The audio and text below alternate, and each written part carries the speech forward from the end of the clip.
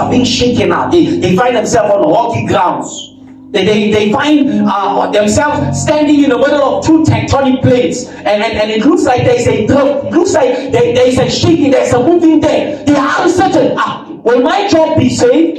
Will my career still be lasting? Is there a future guarantee for my children? Listen, I have come here with a clear political mandate from above.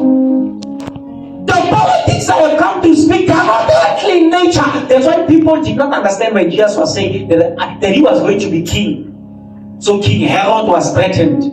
Herod thought, he says he wants to take my position. And if I die, he wants to take the position of my children. I must quickly kill this man. They did not understand the politics that Jesus spoke about. He spoke about heavenly politics. Did you read the book of Matthew chapter number 6 verse 9? What does it say?